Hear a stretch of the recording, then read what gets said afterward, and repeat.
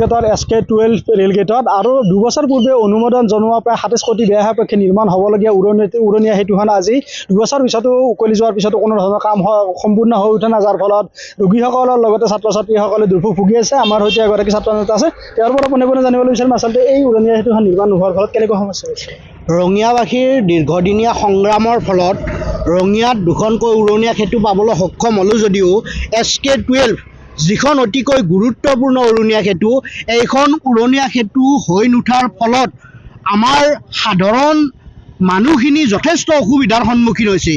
SK12 উৰণীয়া সেতুখন নিৰ্মাণ নোহোৱাৰ ফলত ৰঙিয়া মহাবিদ্যালয়লৈ অহা ছাত্ৰ ছাত্ৰীসকলে এই ৰেলগেটটো বন্ধ হৈ থকাৰ ফলত কেতিয়াবা তেওঁলোকৰ পৰীক্ষা পৰ্যন্ত দেৰি হৈ যোৱা পৰিলক্ষিত হৈছে।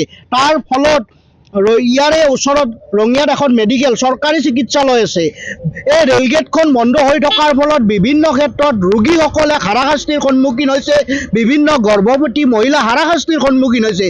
কি কাৰণত 2 বছৰত সম্পূৰ্ণ হ'বলগীয়া এই উৰণীয়া সেতুখন কি কাৰণত নিৰ্মাণ হৈ নুঠিল অতিকৈ ৰহস্যজনক বিষয়। 27 কোটি টকা ব্যয় সাপেক্ষে নিৰ্মাণ হ'বলগীয়া এই উৰণীয়া সেতুখনৰ কাৰণে কিছু ধন লোক নিৰ্মাণ বিভাগে মুকলি কৰি দিয়াৰ পিছতো কি কাৰণত এই উৰণীয়া সেতুখন কাৰ হেমাহিৰ ফলত এই উৰণীয়া সেতুখন বন্ধ হৈ থাকিল অতিকৈ ৰহস্যজনক বিষয়। আমি চৰকাৰ তথা প্ৰশাসনক পুনৰবাৰ দাবী জনাইছো, অতি সোনকালে SK12 উৰণীয়া সেতুখন নিৰ্মাণ কৰি সাধাৰণ মানুহৰ কাৰণে যাতায়াতৰ সুবিধা কৰি দিব লাগে, ছাত্ৰ ছাত্ৰীৰ কাৰণে যাতায়াতৰ ক্ষেত্ৰত সুবিধা কৰি দিয়াৰ কাৰণে আমি দাবী জনাইছো। ৰঙিয়া 27 নং ৰাষ্ট্ৰীয় ঘাইপথৰ পৰা এই ৰঙিয়া কলেজলৈ অহা এটি গুৰুত্বপূৰ্ণ পথ, দৈনিক সহস্ৰাধিক লোকে যাতায়াত কৰে আৰু এই পথটোতে আছে ৰঙিয়া মহকুমা সামৰিক চিকিৎসালয় আছে, ইয়াতে আছে ৰঙিয়া মহাবিদ্যালয় আৰু এই পথটোৰে দৈনিক সহস্ৰাধিক লোকে যাতায়াত কৰে। আৰু চিকিৎসালয়লৈ যিসকল সংকটজনক অৱস্থাত আহে তেওঁলোকে অতি সংকটজনক অথবা মৃত্যু হোৱা পৰ্যন্ত এই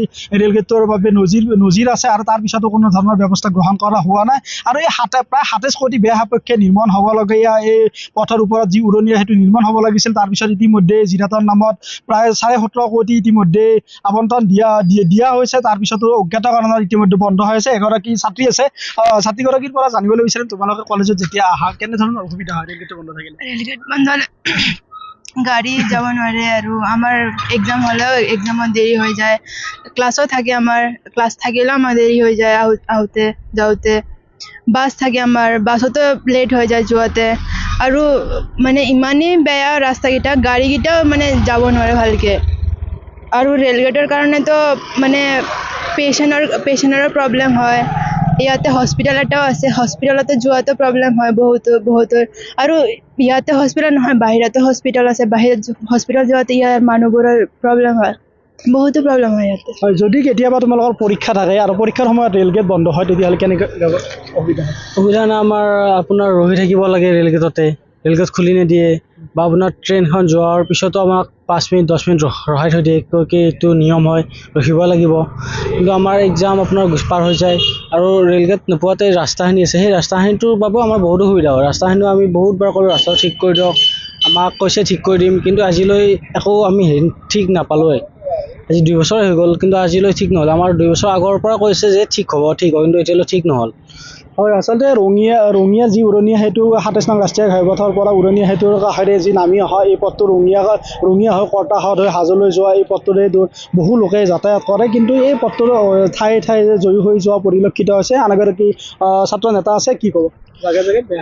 হয়, 2 বছৰৰ পৰা আমি পথটোৰ বিষয়ে সুধি আহিছোঁ যে পথটো নিৰ্মাণ কিয় হোৱা নাই বা এই উৰণীয়া সেতু নিৰ্মাণ কিয় হোৱা নাই, কিন্তু আজিলৈ আমি বহুতো স্মাৰক পত্ৰ দাখিল কৰাৰ পিছতো প্ৰতিবাদ সাব্যস্ত কৰাৰ পিছতো কোনো ধৰণৰ ইতিবাচক সংকেত আমি পোৱা নাই।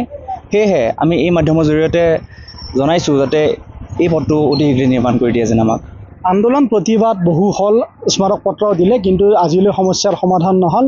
তেওঁলোকে বিচাৰিছে যে এই উৰণীয়া সেতুখন SK12 উৰণীয়া সেতুখন অতি সোনকালে নিৰ্মাণ হওক আৰু যাতায়াত কৰাত যাতে সুফল পায় সেই আশা তেওঁলোকে ব্যক্ত কৰিছে। আপুনি বিচৰা বাতৰি পাব কেৱল নিউজ 18 এপত। নিউজ 18 এপ ডাউনলোড কৰিবলৈ স্কেন কৰক এই QR কোড। গুগল প্লে ষ্টৰতো পাব এই নিউজ 18 এপ।